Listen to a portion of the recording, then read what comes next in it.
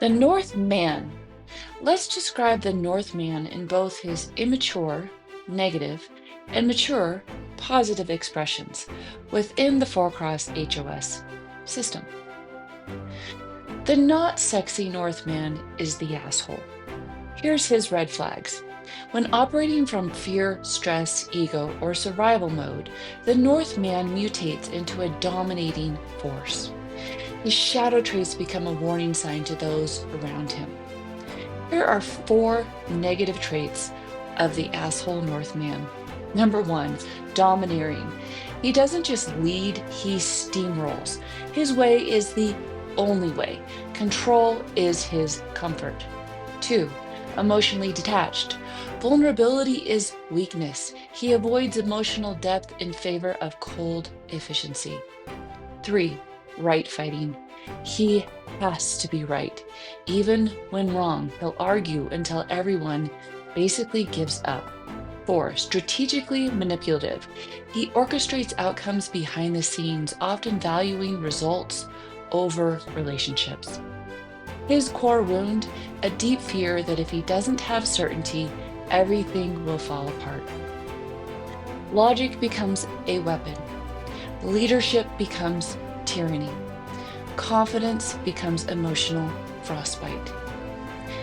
Here's what people may say about a North asshole man. He talks at you, not to you. It's his mission, and you're just a pawn. He'll sacrifice the relationship to win the argument.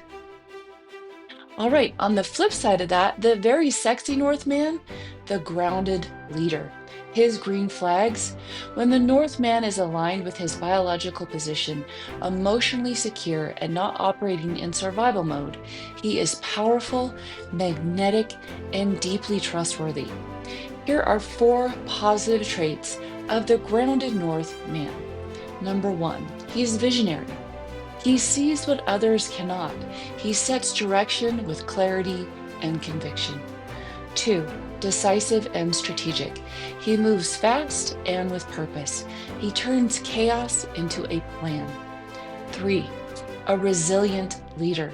He takes the hit, recalibrates, and returns stronger. Pressure makes him better. 4, protective provider. His drive for certainty becomes a gift to others. He offers safety, structure, and momentum. His core gift, he gives certainty to others. He is the compass in a crisis. He creates momentum, commands clarity, and drives things forward. When healthy, he leads with heart and wisdom, not ego. People may say, I feel safe when he is leading. He brings the plan and gets things done. He's intense, but always fair and focused. You might be saying to yourself, well, yes, but my mate is both a red flag and a green flag. Yes, my husband can be an asshole. My father, my son, North. But not always. He does have a sweet side. Well, yes, absolutely. We play both sides, and that's the point. He's not always an asshole, because being a red flag isn't a permanent identity. It's a state, a survival mode, a place he goes when he feels unsafe, overwhelmed, or out of control. And if that's more than the other side, then that is the overwhelming asshole. When a North feels pressure, whether it's financial, emotional, or internal, his default is to tighten his grip, and that can show up as coldness, control, dominance, or shutting down emotionally. That's the red flag.